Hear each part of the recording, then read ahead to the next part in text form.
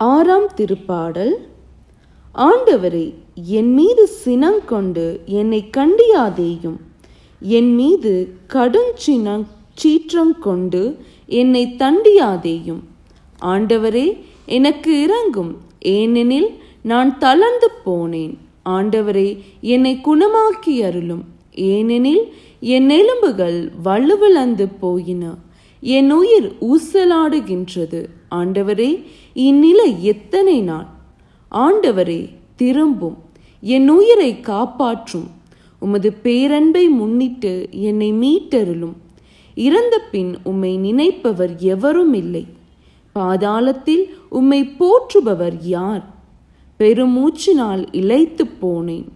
ஒவ்வொரு இரவும் கண்ணீரில் என் படுக்கை மிதக்கின்றது. என் கட்டில் அழுகையால் நனைகின்றது.